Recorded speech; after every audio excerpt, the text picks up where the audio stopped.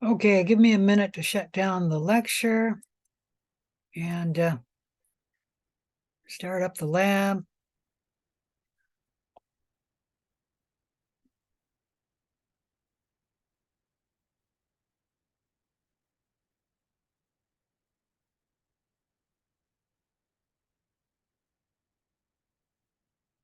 Yep, that's the lecture. Let's go to the lab.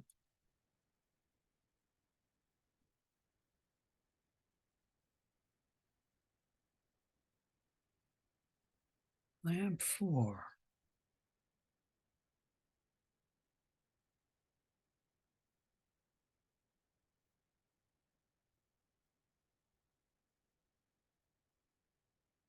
All right, let me share my screen. Oops, that's still converting, of course. I have a question. Uh-huh. Are you wanting us to remind you the time based off of your computer or based off the actual time? Oh, shoot. Yeah, I was looking at the clock here and I thought it was 6:30. It's actually 6:12.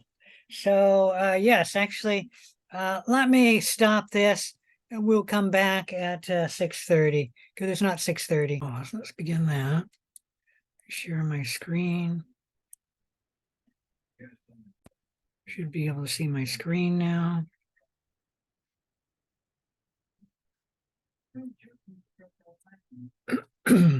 All right, today we're going to be covering Lab 4 on stains. Any questions about what we're going to do?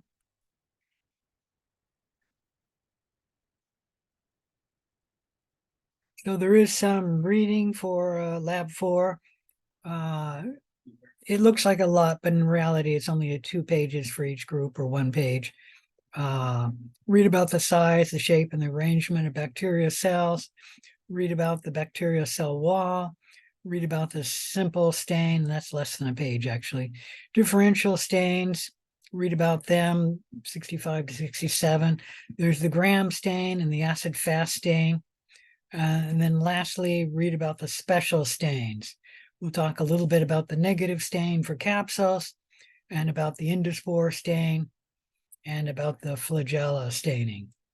Anyways, that's the material you need to read before beginning the lab. There are some supplemental materials. You'll do a video clip, and I think there's a virtual lab for this lab. Let me see if I've got that crossed out on my other one.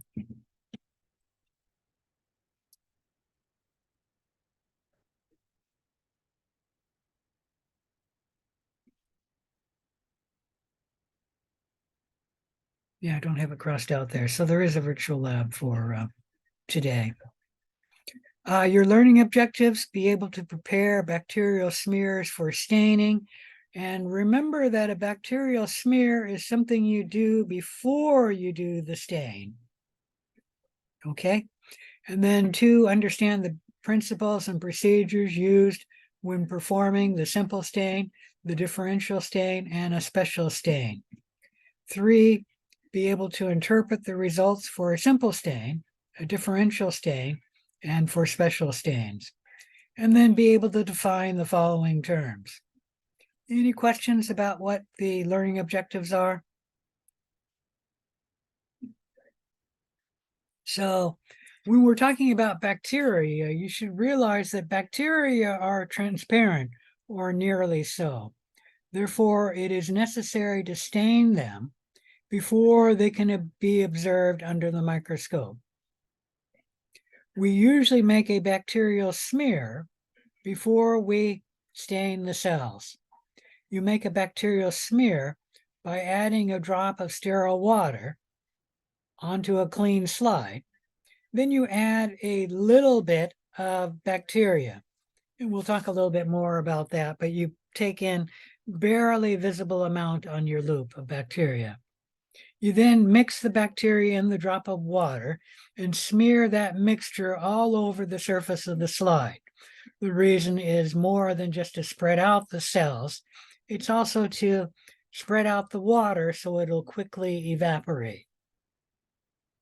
The slide is then allowed to air dry. The organisms are fixed onto the slide by gentle heating. So generally speaking, when we make a smear, we will let the cells air dry onto the slide and then heat fix the cells onto the slide by heating the slide.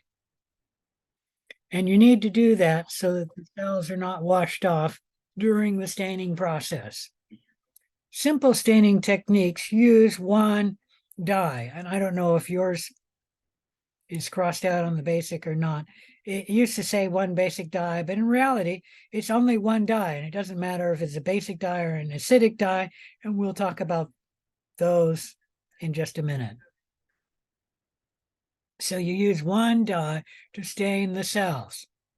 You can only get the shape and the arrangement of the cell with the simple stain. And differential staining uses usually two or more dyes that provide additional information about the cell.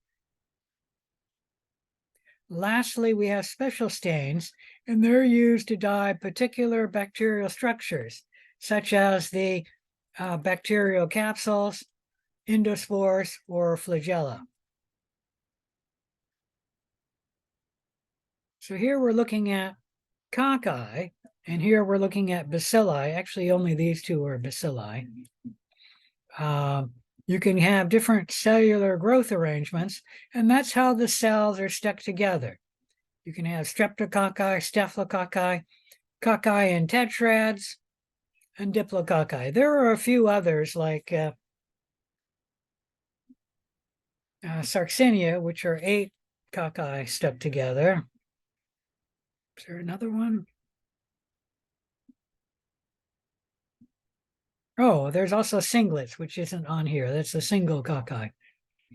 And then the bacilli have fewer shapes than cellular growth arrangements. We shouldn't say that. So fewer cellular growth arrangements than the cocci. You can have singlets shown here, single bacilli. You can have diplobacilli, which is not shown. You can have streptobacilli, which are like sausage linked chains hooked together or hot dogs linked together long ways. And then you can have bacilli hooked together on their short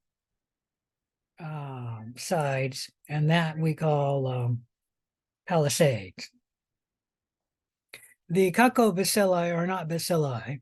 The pleomorphic are any shape, and then the spirilla is its own shape. The spirilla generally only have one cellular growth arrangement, and spirilla are singlets. Any question about any of that?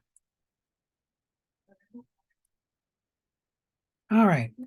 There are two differential stains. The most important is the Gram stain.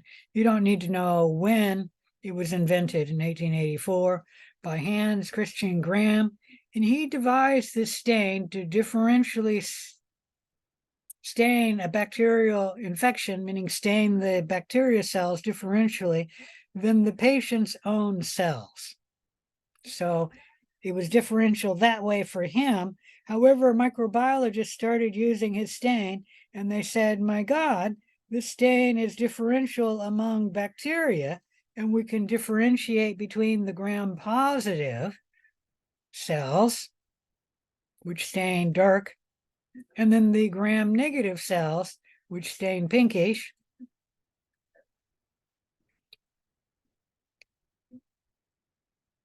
Bacteria that retain the crystal violet are called gram-positive, and it's based upon the cell wall differences, while bacteria that do not retain the crystal violet are called gram-negative, and they appear pink, sorry, and that's because they have a thinner cell wall.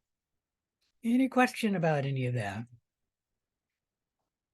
So here we're looking at the gram stain. You can see different cells, gram-negative bacillus, gram-positive bacilli. There's a gram-negative spirillum there and there. That's a gram-negative cocci. And I don't see any others here.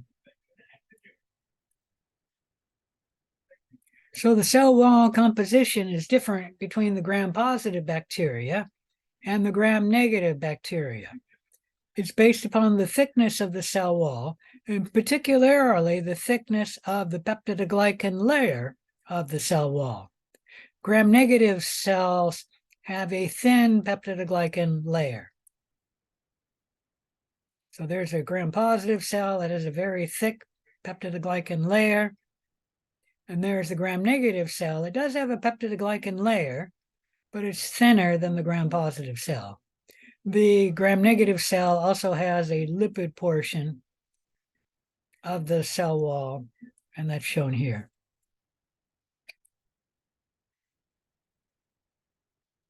All right, in the gram stain, Gram's iodine is used as a mordant, which chemically combines with crystal violet to form a larger complex, the crystal violet iodine complex. And this complex is less likely to wash out of the gram-positive cells than crystal violet alone. So Gram's iodine is not used to stain the cells, at least in this case. It's used as a mordant to intensify the stain of the crystal violet. We then alcohol acetone wash the cells, and that's called the decolorizer, and it's applied briefly to remove the excess crystal violet from the slide. It does not, if used correctly, it does not remove the crystal violet iodine complex from the gram-positive cells, but it does from the gram-negative cells. The timing of the decolorization is critical. If you over decolorize, meaning apply the decolorizing agent too long, you will wash the crystal violet iodine complex out of the gram-positive cells. But if you don't wash long enough, you won't wash it totally out of the gram-negative cells. Any question about that? After decolorization, we then stain the gram-negative cells, which are colorless, with the counterstain safranin, which dyes them pink. Any question about any of that? So gram-negative cells, gram-positive cells. We have some cells which are shown here, which actually are called gram-variable, because the same species of cells can appear different. Some of them stain gram-negative, others stain gram-positive. What do you notice about the difference between this cell here, which is gram-negative, and that cell there, which is gram-negative, as opposed to this cell here, which is gram-positive, or that cell there that's gram-positive? What do you notice about the differences? Come on, people, you have to share in this.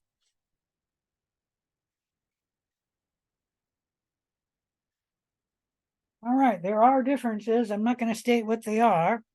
And that's explaining why some of them are staining gram-negative and others are staining gram-positive. The gram-negative cells are dead cells, and they're not retaining the crystal violet iodine complex because probably have the holes in their cell membrane. And the gram-positive cells are retaining the crystal violet. And there's an easy way to prevent this gram variableness from happening when you do the gram stain, and that is the gram stain is supposed to be done only on freshly grown cells. If you do the gram stain on old cells, this may happen. And that is the dead cells just don't stain correctly with the gram stain. It's pretty simple as that. And so what you should do if your cells are older than 2 days old, you should grow them up again to have freshly grown cells that are 2 days or less old to do the gram stain. And that's the main thing that must be done with the gram stain. You should also prepare thin smears. If you have a real thick smear, you'll have trouble getting the crystal violet iodine to go and get inside the lower cells. And you'll also have trouble washing the crystal violet iodine out of the deepest in cells, meaning the decolorizing agent will have trouble getting the crystal violet iodine out of those cells. You should heat fix the bacteria on the slide only after the smear has air dried. If you don't allow the cells to air dry and then you heat fix it, you'll cause the water to boil and that will puncture the cell wall. Avoid heating the cells. If you apply too much heat, you disrupt the cell walls. And actually, it's pretty obvious the cells look like they're melted if you overheat the cells. You should use fresh staining reagents. And then, of course, do not over decolorize or under decolorize. Okay.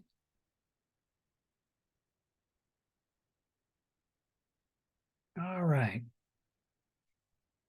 Any questions about the gram stain?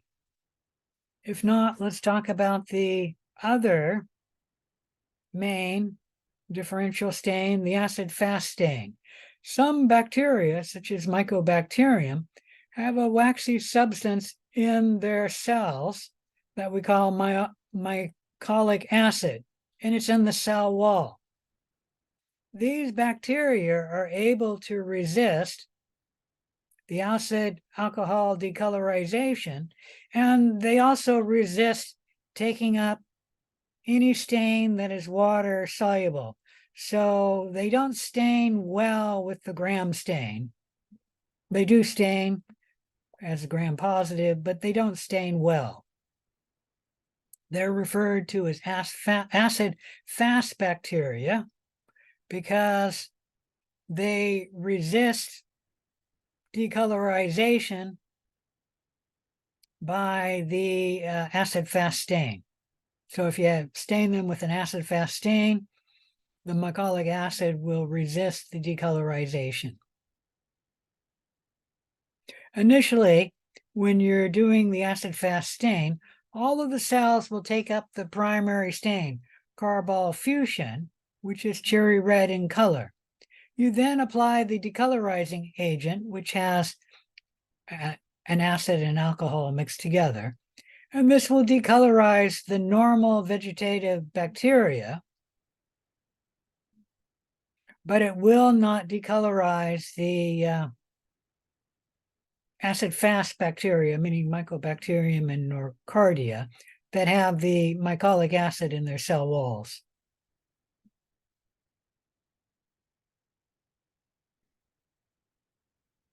A basic dye like methylene blue, crystal violet, is then applied as a counter stain to stain the cells that are being decolorized.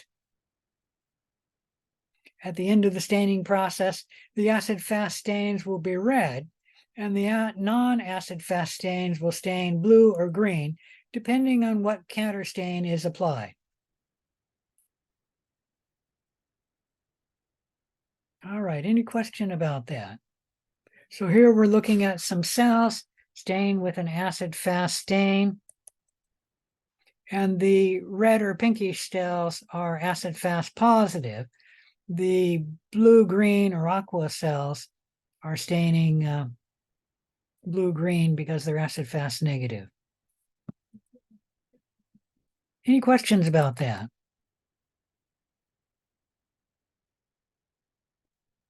All right. There are also special stains that stain a special structure in a cell. The negative stain is sometimes used to stain the glycocalyx, which is a substance secreted by the cell, external to the cell wall. If the glycocalyx is firmly attached to the cell wall and is visible under the light microscope, we call it a capsule. And I'll generally call it a capsule because obviously this is what we use in microbiology because you can see it under the light microscope.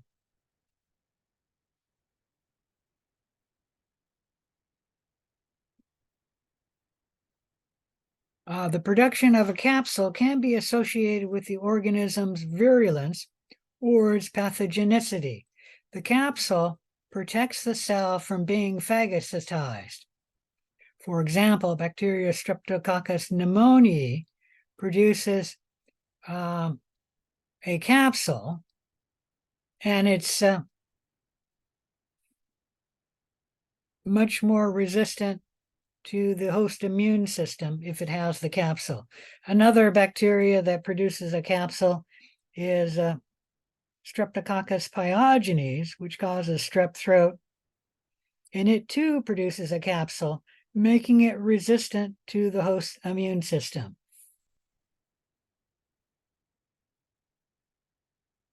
If the cells have a capsule and you grow them on an agar plate, they'll tend to look mucoid from the capsule. Capsules are not stained easily using conventional staining methods. Therefore, we have to use a very gentle procedure for staining the capsule, such as a negative stain, where we usually use either India ink or nigrosin to stain the capsule, or actually not stain the capsule, and then stain the surrounding background of the slide and the cells that produce the capsule. Is that clear? If not, maybe this picture will show you. This says it's India ink, but this is not India ink. India ink is black. This is another capsule stain. And it stains the background of the cell. It also stains the cell. It does not stain the capsule. And this cell clearly has a capsule. That cell may not have a capsule. That cell, if that is a cell, doesn't have a capsule either. But these cells all have a capsule. All right, any questions about the capsule stain? The capsule would be washed away in the general procedure, like if you're staining the cells with a gram stain. So you would not see the capsule. Plus, the gram stain would only stain the cells. It wouldn't stain the background, so you can't see the capsule, even if it were to remain. But usually the capsule would be washed away by the procedures of the gram stain.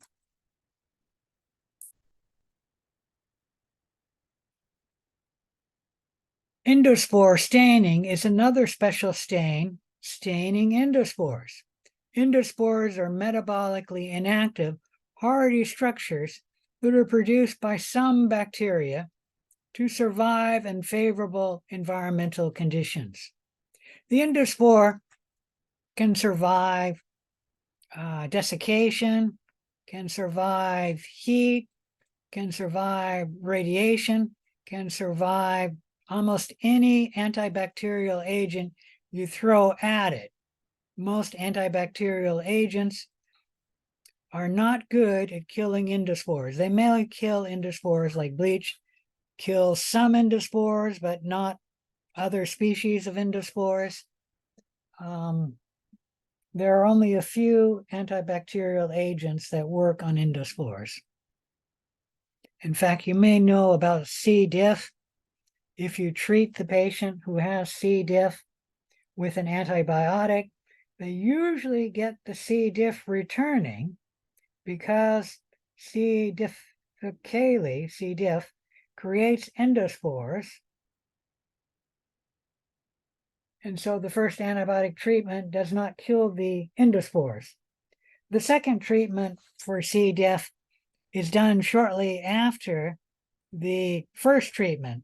And the idea is you kill off the C. diff that doesn't have endospores, and then you stop the treatment.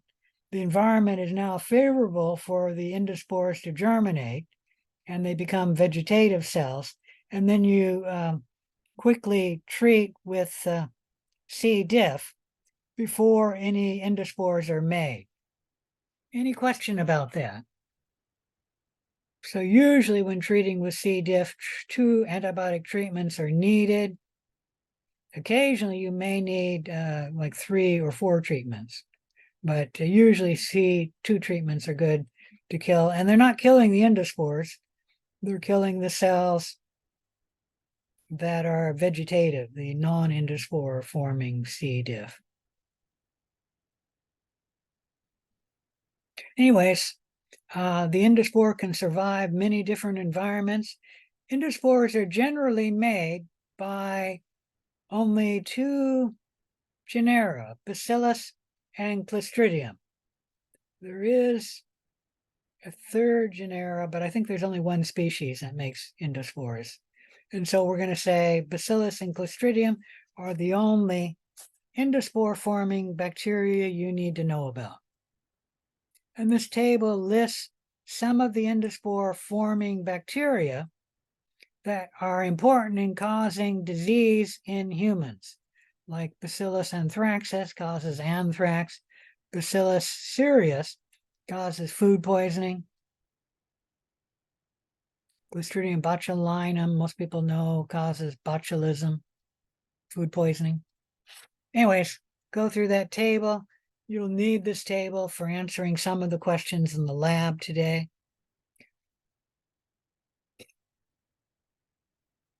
We use the Schaefer-Fulton endospore stain to stain endospores. It stains all cells with malachite green. It's the primary stain. We apply heat as a mordant to help the primary stain, the malachite green, get inside the endospore. Cells are then decolorized with water, and it removes malachite green from the vegetative cells, but it does not remove the green from the endospores. Safranin is then applied as a counterstain, and that's to make the cells not that are unstained, meaning they're decolorized. We stain them with safranin to make them appear pink. And so when we look at the Schaefer-Fulton stain, the endospores appear green. Let me blow this up. And the vegetative parietal cells are red or pinkish. And there we can see bacilli, which are red or pinkish. And there's an endospore inside a vegetative cell. You can see a little bit of the red on this side and most of the red on that side. That endospore, the green, is being formed inside the cell. There's only 1 endospore per cell. And this endospore has been released from its cell. The cell probably died releasing the endospore. Same with that one.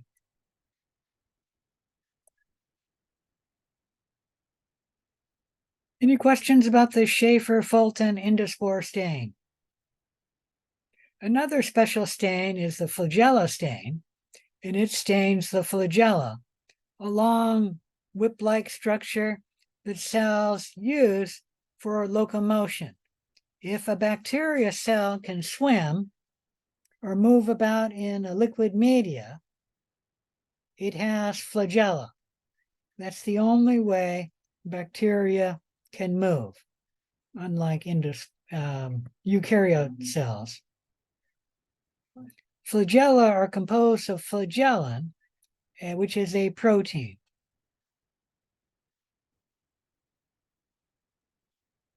I'm not going to require you to know the distribution of flagella on bacteria cells, but they're characterized, they're called monotrichous flagella or flagellum. If there's only 1 on one side of the cell, it's called lophotrichous if there's multiple flagella on one side. If it's multiple flagella on both sides, it's called amphitrichous. And then if you have flagella all over the cell, we call it peritrichous. The flagella are much too thin and small, or we'll just say thin, to be seen with normal staining techniques. So if you stain the cells with the gram stain, you will not see any flagella.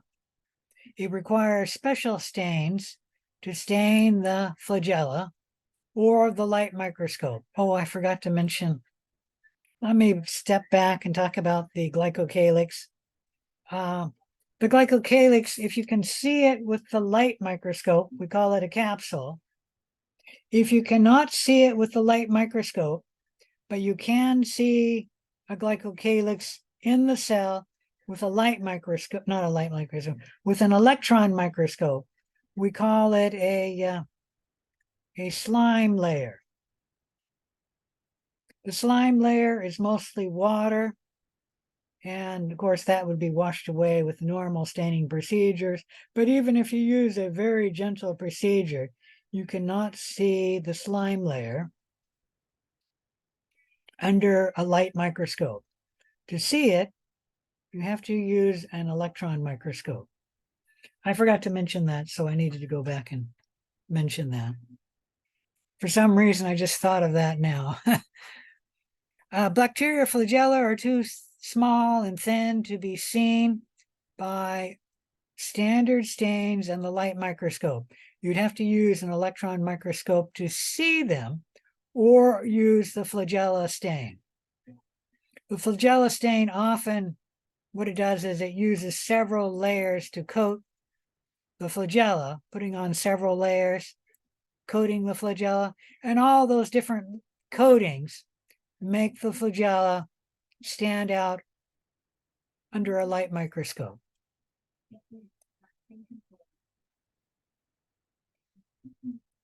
All right. What do you notice about the flagella arrangement in this slide? Oops. Nobody's going to guess? Well, is it monotrichous, lophotrichous, amphitrichous, or peritrichous? Anybody? All right, this is one of the questions in your lab, so I was just trying to help you. Anyways, that's the flagella stain. Are there any questions about it? If not, know the terms of this lab.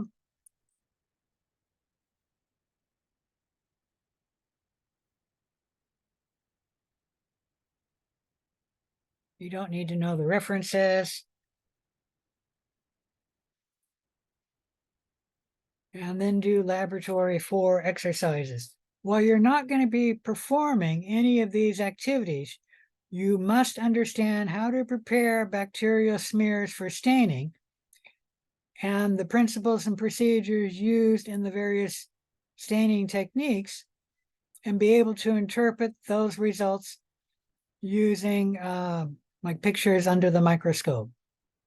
You won't actually be using a microscope, but we will provide videos and pictures to answer the questions. Let me see if that's where the worksheet begins now. Yes, procedure 1, preparing smears for staining. Make sure that's where I was. Yep. All right. So we have 2 video clips for you to watch on preparing a bacterial smear, which is done before you do the staining. And a bacterial smear is not stained. The cells do not go through the staining procedure. And then heat fixing the slide after it's air dried. We have a little video on that. Review the basic steps for preparing a bacterial stain, meaning mix a small amount of specimen in a drop of sterile water or broth on the slide. Spread that all over the slide, let it air dry. Heat fix the slide, making the bacteria cells attached to the glass so they're not washed out. Let the slide cool, and then the smear is now ready for staining. Before you go on and answer the question, let's go ahead and go to the worksheet now. This is a question. Number 3, procedure 1. What are 4 common errors when preparing a bacterial smear?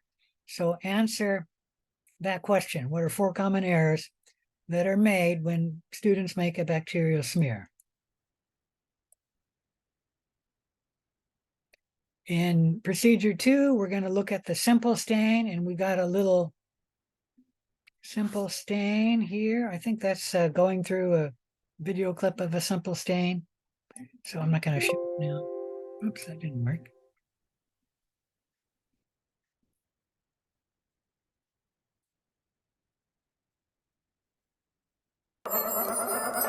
When you get your next big idea, say sparkly ketchup. Yeah, it goes through the procedure of a simple stain. You can watch that while you're doing the lab. And then 2, review the steps used for performing a simple stain.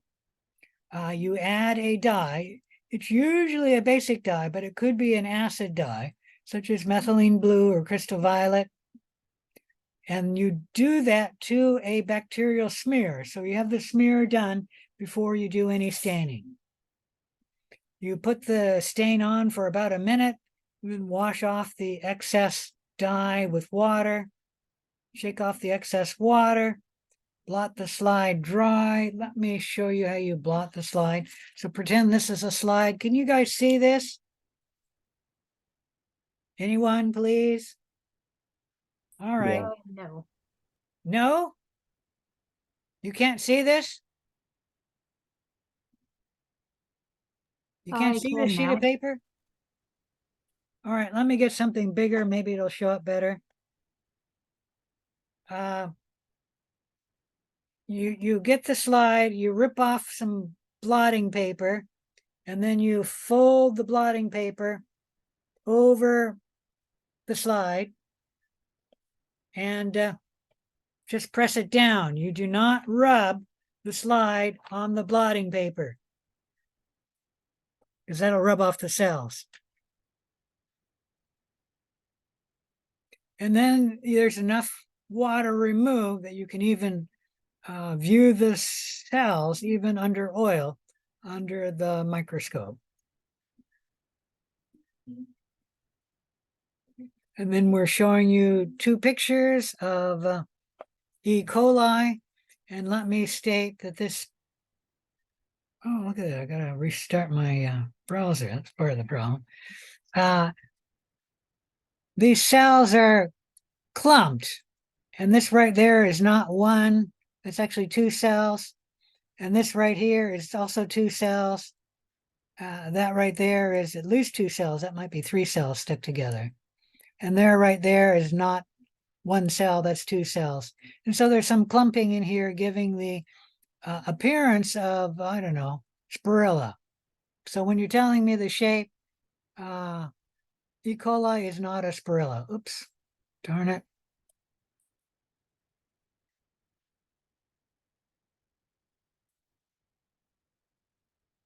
So A, what's the cellular morphology, the shape, not the cellular growth arrangement of E. coli, shown here, and Staphylococcus aureus, shown here. And 3, what's the total magnification that we're using to get these pictures? Oh, crud. Yep, that's right. All right, procedure 3 is going to look at the gram stain. We have a video of the gram stain, and we have a virtual lab for you to practice the gram stain.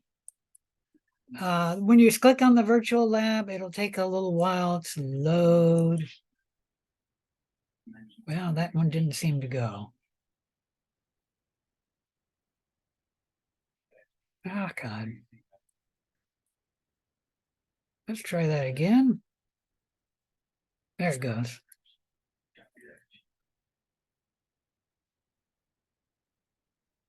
Continue. Hi, Lab Assistant. Welcome to the Let me turn that down a bit. undesirable bacteria. I'm just All going to move yogurt forward to the... Unfortunately, this is what plain good yogurt. Now take a look at this. This yogurt. That's Let's the gram collect. stain. In the gram staining process, we will Bacteria that stain a pink or reddish color like this are called gram-negative, and their presence means the yogurt is contaminated. Bacteria that are used to make yogurt from milk stain purple. They look like this in a microscope and are called gram-positive. Pink bacteria are called gram-negative. We are going to gram stain samples of the yogurt so we can see what kinds of bacteria are present. All right, let's prepare our slides for grams. To prevent bacteria from contaminating our work area, we have wiped down the table with a 70% ethanol solution. We will also light a Bunsen burner to sterilize the inoculating loops we'll use later and help maintain a sterile working environment. You're going to use a striker to light the Bunsen burner. The gas is turned on low already, so bring the striker to the Bunsen burner with the flint side facing down and squeeze the striker to create sparks. We need to dilute the yogurt before we put it on the microscope slide. We'll use a PBS liquid, phosphate buffered saline, as the diluent to thin out the yogurt. That helps us see the bacteria with the microscope. Start by placing 1 milliliter of the diluent into a test tube. This is an inoculation loop, a small loop of wire used to collect samples. We'll use it to place a small amount of yogurt into the test tube with the diluent. Start by sterilizing the inoculation loop in the flame of the Bunsen burner. Hold it directly after it has cooled down. Use the loop to obtain a small sample of yogurt from the suspect. Place the yogurt sample into the previously measured diluent, PBS. Now, gently use the inoculation loop to transfer a small amount. Sterilize the inoculating loop again in the flame of the Bunsen burner. Hold it directly in the flame. Transfer a small amount of sample from the test tube to your prepared slide. Place 2 loops full from the sample onto the slide.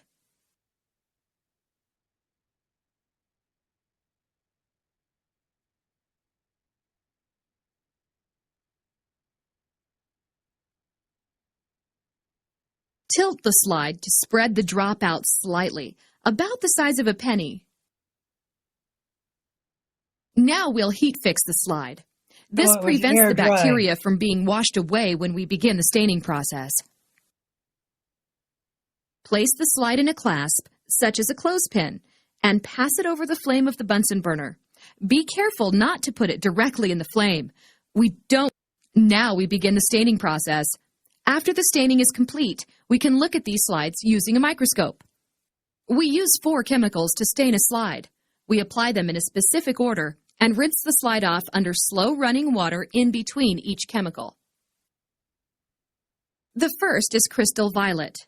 This is our purple stain, which will indicate gram-positive bacteria. Using the dropper, squeeze out enough drops to cover your sample. Let that sit for 60 seconds. Now rinse it under slow running water.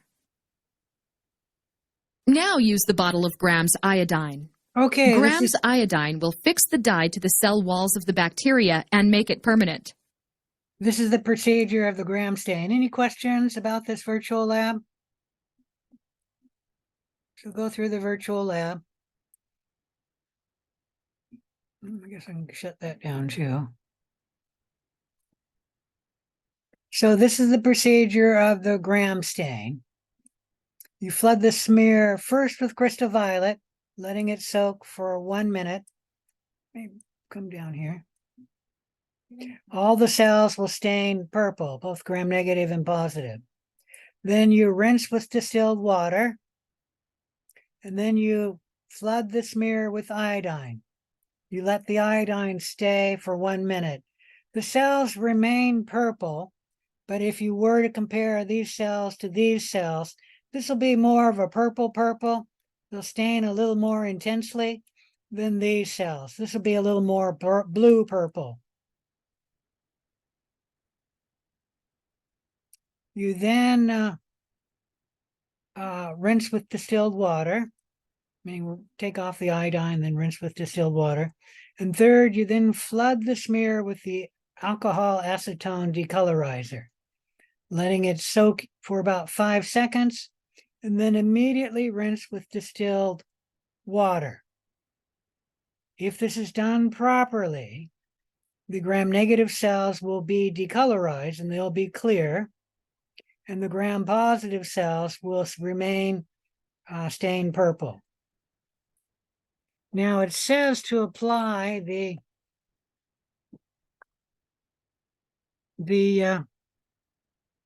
decolorizer for about 5 seconds. A better way to do it is to look at the slide while you are applying the decolorizing agent, meaning pretend this is my eyedropper and I'm putting decolorizing agent on the top of the slide, letting it rinse down. Once the rinsing down stops running blue, stop adding the decolorizer. And that'll happen about 5 seconds, after about 5 seconds. Okay. And then you immediately wash with distilled water. Why you have to immediately wash in this step and not any other step is that the decolorizer is on the cells at this point. And if you leave it on, it will continue to pull out the crystal violet iodine. If you were to leave it on long enough, it would begin to pull out the crystal violet iodine on the gram-positive cells, and then they would stain gram-negative. Any question about that? So at this step, you apply the decolorizing agent for only about 5 seconds, and the best way is just to apply it until the blue stops running down the slide, and then you stop, and then you immediately rinse the slide with water to get the decolorizing agent off of the cells. Now the gram-negative cells are clear and they would be hard to see under the microscope. So we apply the safranin, the counter stain. It's called the counter stain just because it stains a different color than the primary stain. And you leave it on for about 1 minute. That will make the gram-negative cells appear pinkish. And so they will be pinkish, and then the gram-positive cells will stain purple. You then take the slide, rinse it with water, and blot it with blotting paper. And that'll remove enough of the water that you can see the cells immediately under the microscope, even if you're going to use oil. Any question about that? All right. Below are 2 smears using the gram stain of E. coli and Staphylococcus aureus. You need to give the gram reaction, gram positive or gram negative for E. coli, and the cellular morphology, the shape. Is it coccus or bacillus? And then the Staphylococcus aureus do the same. What's the gram reaction and what's the cell morphology? And this is E. coli right here, Staphylococcus aureus right there. Sorry, that got split on the page. And then answer these questions for procedure 3. So you have in procedure 3, the table to fill in, and then these questions. A, Staphylococcus aureus after the primary stain is added is what color? State pink, purple, or colorless. And you can just go up here. And right here, you can see that the gram positive and the gram negative are both purple at this point. So answer these questions A, B, C, D, E, and F. And then move on to procedure 4, acid-fast bacteria. We have a video on how to do the acid-fast stain. I'm going to review the steps performing the modified Kenyon acid-fast bacteria stain, where you apply carbol fusion and both the acid-fast positive and the acid-fast negative cells stain pinkish. You then use the decolorizing agent and the acid-fast negative cells will be decolorized. The acid-fast positive cells will not. And then you add the counter stain, such as brilliant green, and the decolorized cells will now pick up the brilliant green color, and they will, in this case, be green. Although if you apply a different stain, they will be a different color, like blue, like if you had methylene blue. And the acid-fast positive cells will continue to be red.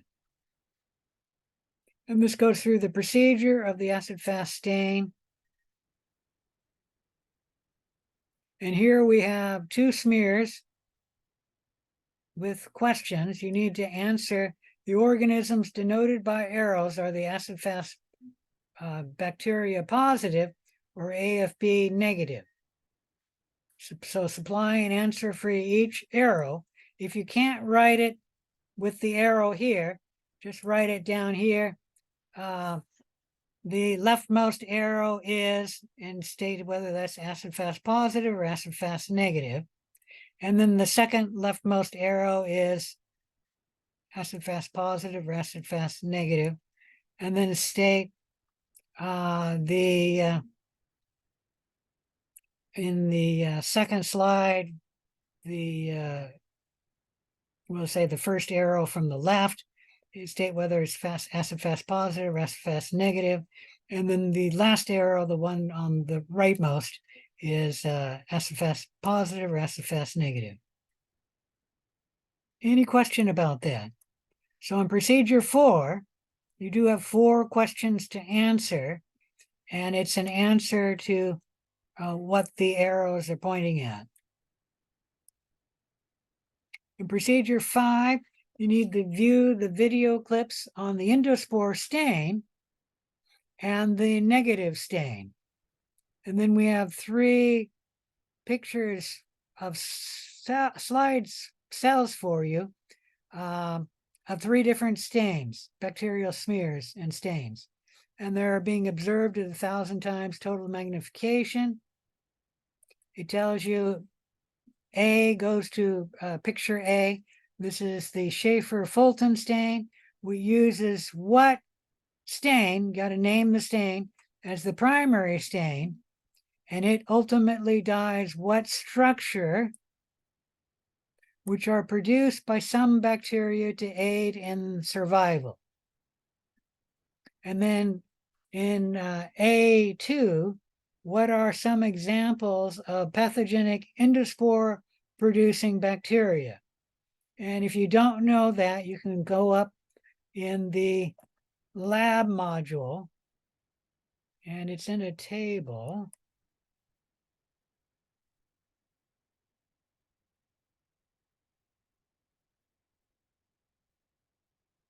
Endospore forming gram-positive bacilli that cause disease in humans.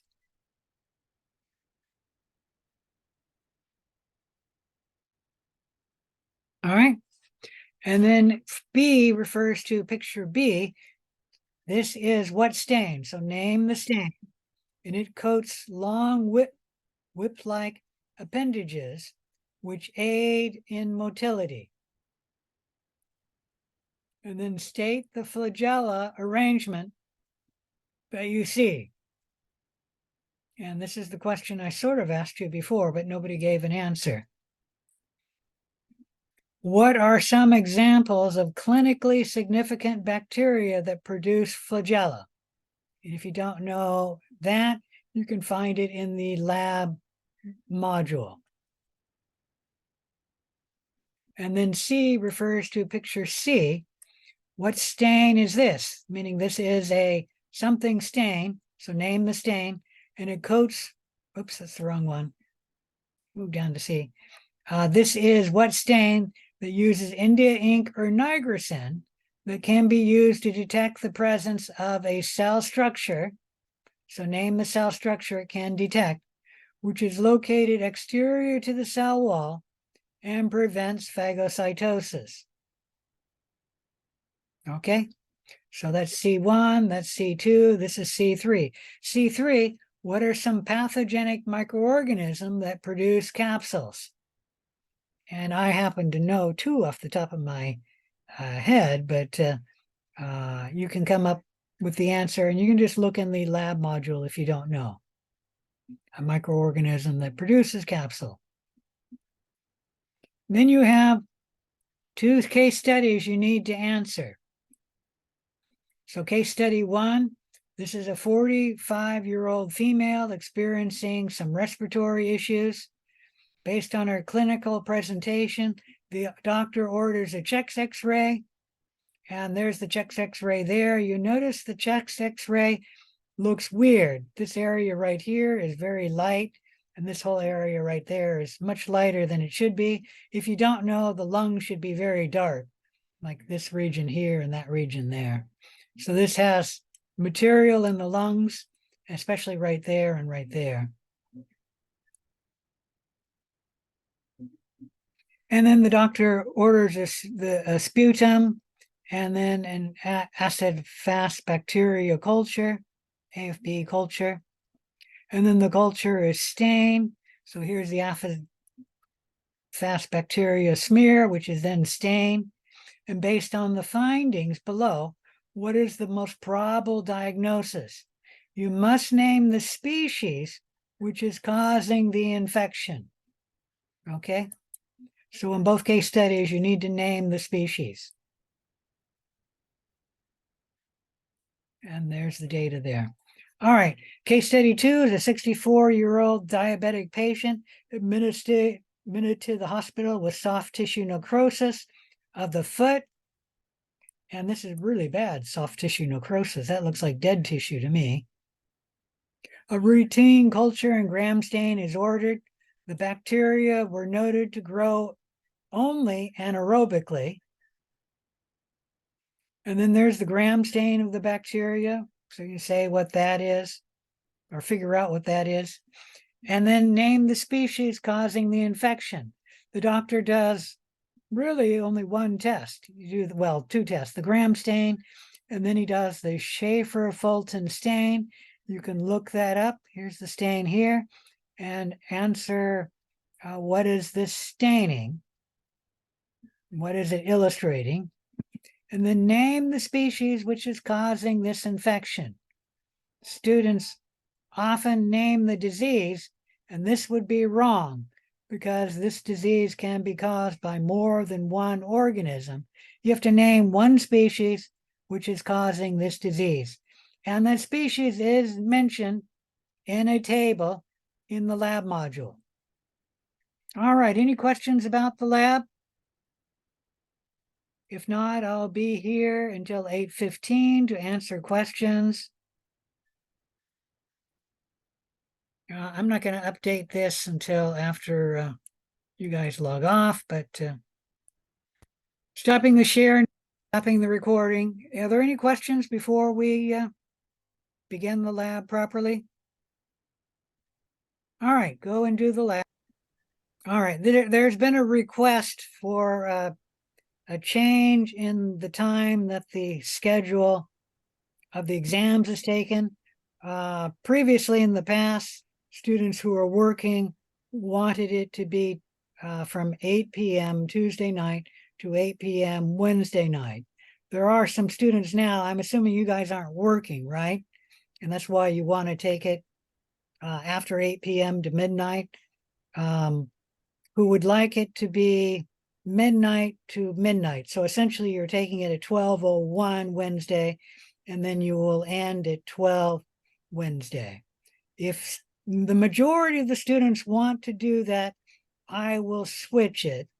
I actually, that'll be more work for me. I'd rather just leave it as it is.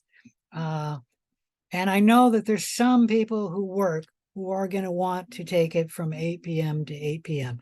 Now, of the 2 students talking here, you both want to have it midnight to midnight, but I think it's the working people who really wanted it from 8 p.m. to 8 p.m. All right, and we will talk about this in the future, and then I will, if students want that, I will have a discussion, and you guys can vote on a discussion board. But I'm not going to set it up now. I want to talk about it in the lecture. So bring it up in the next lecture. Okay? Let's go ahead and record this again and share my screen. All right, there had been another question about what to do to get a good grade. I've actually made an announcement about that, what to do to get a good grade. So some things that are seen in high scoring students include they attend class regularly, and they take notes. They review their notes and add to them within a day after taking them. You have to do it within a day because after a day, your short-term memory is going to go and you won't be able to add to the notes. And then you should review my study guide and the notes and add new info to your notes. Let me show you that. We'll just go to lecture 1. There's the overview and the objective. All the questions do come from the objectives. And then take a look at the study guide. You can go through that, compare them to your notes, and add notes to your notes.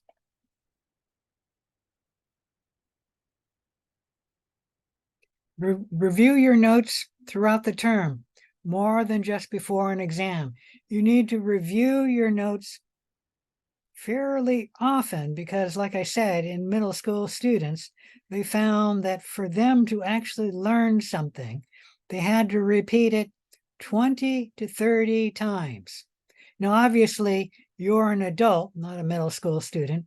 And if you want to learn this material, most of you do because you're in the class, you can learn it sooner than going over it 20 times. But still, to actually learn it, and I'm talking about 100% learning it, you do have to review your notes many times. Do all the assignments and actively participate. I'm having a hard time with you guys getting students to actively participate in the lecture. It should make it more interesting for you guys. And then this last part is hard to describe, but good students have a good attitude. So that when something bad happens or something difficult comes up, they're willing to work to get it resolved. And they have a good attitude and they're, how do I say that? They're easy to work with. Okay, because they have a good attitude. If you have a bad attitude, it's always going to be raining. It's going to be lousy today. Oh, why do I bother even going to the class? The instructor doesn't know anything more than I do. You have the wrong attitude to learn. Okay, and you have to have a good attitude to really learn, or at least help you learn. And I've noticed that over my years of teaching that the students who have a good attitude tend to do better in the class than students who have a poor attitude. Okay. And it's kind of surprising, but that's actually one of when I did a graph and did my comparisons and everything, it really wasn't like their grade in the previous classes or what classes they had or